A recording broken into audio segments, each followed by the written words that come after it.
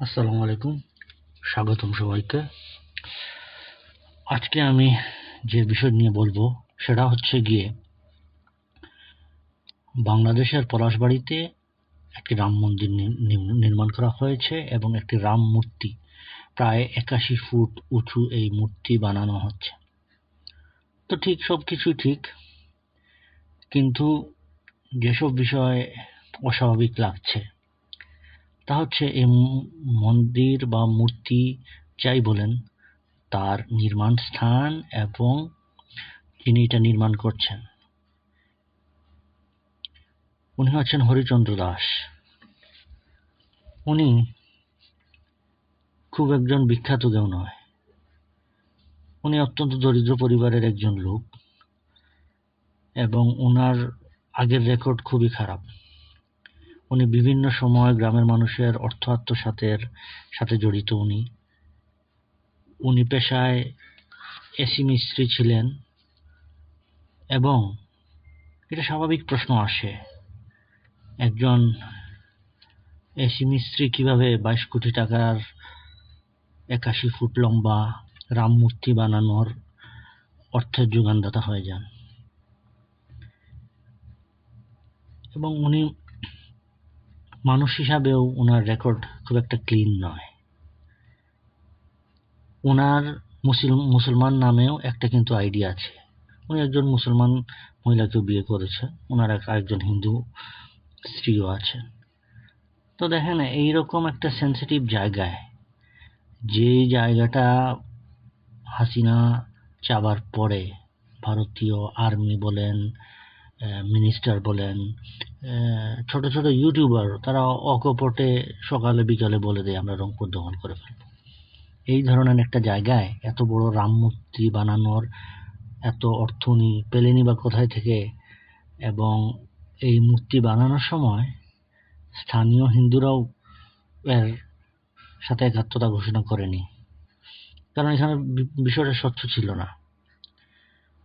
ওনারা কেউ, স্থানীয় হিন্দুরা, এই প্রজেক্টের আয়ের উৎস, এখানে মন্দিরটা যেহেতু চালু হয়েছে ওইখানের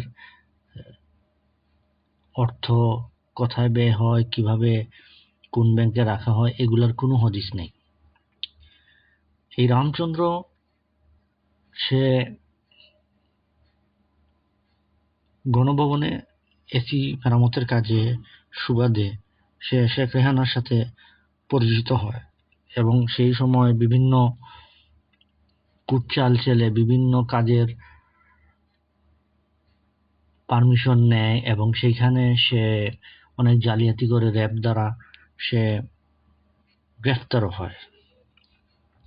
এখন এইরকম একটা ব্যক্তি এইরকম একটা মূর্তি বানাচ্ছেন এবং বাংলাদেশের সনাতনী ভাই বোনেরা কিন্তু দুর্গাপূজা, সরস্বতী পূজা, কালী পূজা এবং মাঝে মধ্যে শিবলিঙ্গের পূজা ওনারা করেন, কিন্তু রাম মন্দির বা রামের পূজা, রামের এত বড় মূর্তি পুরো বাংলাদেশে আপনি খুঁজে পাবেন না।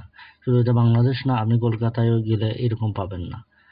এই রামের পূজা ভারতের অন্যান্য অংশের হিন্দু ভাই বোনেরা করে থাকেন এবং বিভিন্ন মিলিটারি অ্যানালিস্টের মতে ভারত যেভাবে রংপুরকে কেন্দ্র করে বিভিন্ন মিলিটারি স্থাপনা বানাচ্ছে, এটা ক্রিমিয়ার ফর্মুলায় যেভাবে রাশিয়া ক্রিমিয়াকে দখল করেছে, প্রথমে বলেছিল যে আমরা ক্রিমিয়ার বর্ডারে সৈন্য জড়ো করছি আমরা মিলিটারি এক্সারসাইজের কারণে, কিন্তু বাংলাদেশেও একই কায়দায় ওনারা বিভিন্ন মিলিটারি এস্টাবলিশমেন্ট গড়ছেন, বলছেন ওনারা চিকেন নেককে চায়নার হাত থেকে বাঁচাবেন।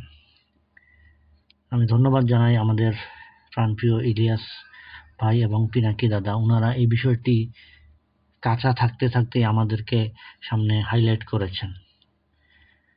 আমার দুঃখ প্রকাশ করছি আমাদের স্বরাষ্ট্র মন্ত্রণালয় এবং বিভিন্ন ইন্টেলিজেন্স, ওনাদের কাছে কি ইনফরমেশন ছিল জানি না, বাট ওনারা এটা এক্সপোজ করেননি। এত সেন্সিটিভ একটা বিষয়।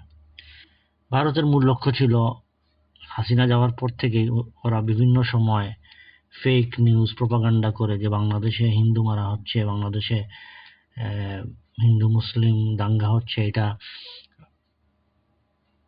হায়দ্রাবাদ যেভাবে হিন্দু মুসলিম প্রপাগান্ডা ছড়িয়ে হায়দ্রাবাদকে দখল করা হয়েছে, তবে এখন এটা 1948 সাল নয়, এটা ইন্টারনেটের যুগ। এবং আলহামদুলিল্লাহ আমরা বাঙালিরা, বাংলাদেশিরা আমরা অনেক অনেক শার্প। আমরা প্রতিবারই ভারতের বিভিন্ন ষড়যন্ত্র আমরা রুখে দিয়েছি। ভাই, তুমি বড় প্রতিবেশী, তুমি ভালোভাবে থাকবা। অনেক অন্যায় অত্যাচার সহ্য করেছি আমরা, কিন্তু তবুও আমরা কিন্তু ভারত বিরোধী কিছুই করছি না। আমরা আমাদের শান্তিপূর্ণভাবে আছি, একদম গায়ে পড়ে লাগার মতো যা যা করার সবই করে যাচ্ছে।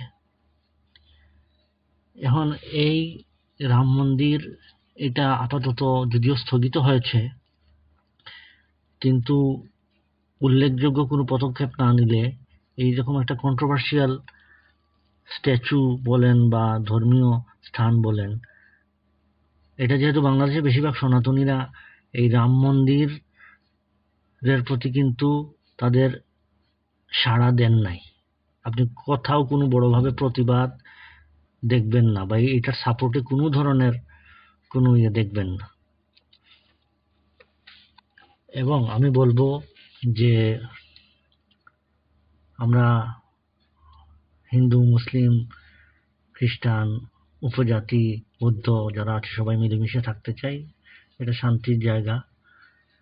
এরকম কোনো স্ট্যাচু বা মন্দির যেটা কন্ট্রোভার্সি সৃষ্টি করে, এমন একজন ব্যক্তি দ্বারা তৈরি যা সন্দেহের উদ্রেক করে, এইসব বিষয় সরকার এবং ধর্মীয় মন্ত্রণালয় এটা যাতে ভালো করে তদন্ত করে জিনিসের স্বচ্ছতা বের করতে পারেন, তাতে আমরা কোনো ধরনের ভুল বুঝাবুঝি হলো না। আপনি কিছুদিন আগে দেখবেন একটা মাজারে একটা কুমির ছিল, সেই কুমিরটি একটা ছোট মেয়েকে টেনে নিয়ে যায় এবং মেরে ফেলে। তার কারণে সবাই এটাকে আধ্যাত্মিক মনে করত, এটা ধর্মীয় একটা নিশানা মনে করত। এটা সুফি বা সুফি সুফিবাদের যারা বিশ্বাসী, ওনাদের মতে মাজার কেন্দ্রিক যাদের আকীদা, ওনারা এটাকে স্পেশাল মনে করতেন। তারপরও কিন্তু সরকার এই ক্ষতিকর প্রাণীটাকে সরিয়ে নেওয়া হয়েছে, এতে কিন্তু আমরা মুসলমানরা চুপ থেকেছি। তো এইটা বাংলাদেশের শান্তির স্বার্থে যা যা করতে হবে এটা কিন্তু মেনে নিতে হবে সবাইকে, এতে উগ্রতা দেখালে হবে না। এটা সবাইকে বুঝতে হবে। এটা দেশের এবং দেশের শত্রুদের কোনো কূটচালের যাতে একটা দ্বার না খুলে, সেই ব্যাপারে আমাদের সবাইকে সচেতন থাকতে হবে। আমি চাই বাংলাদেশ সবাই সুখে শান্তিতে থাকুক, কারো ফাঁদে যাতে আমরা পা না দেই, এবং আমরা হিন্দু, মুসলিম, বুদ্ধ সবাই মিলেমিশে থাকি। আমরা ছোট থেকে দুর্গা পূজা, সরস্বতী পূজা, কালী পূজা দেখছি, সবাই পালন করছে স্বতঃস্ফূর্তভাবে। এরকমই চলুক হিন্দু, মুসলমান, বৌদ্ধ, খ্রিস্টান সাম্প্রতির বাংলাদেশ। এবং কোনো বহিঃচক্রান্ত, বহিঃশত্রু, দেশের চক্রান্ত থেকে আমাদের সজাগ থাকতে হবে। আমরা অনেক চড়াই উৎরাই পেরিয়ে আজ একটা স্বাধীন দেশ পেয়েছি, এবং আমরা যাতে আমাদের স্বাধীনতাটা রক্ষা করা কঠিন, কিন্তু এটা যাতে রক্ষা করতে পারি। ধন্যবাদ সবাইকে।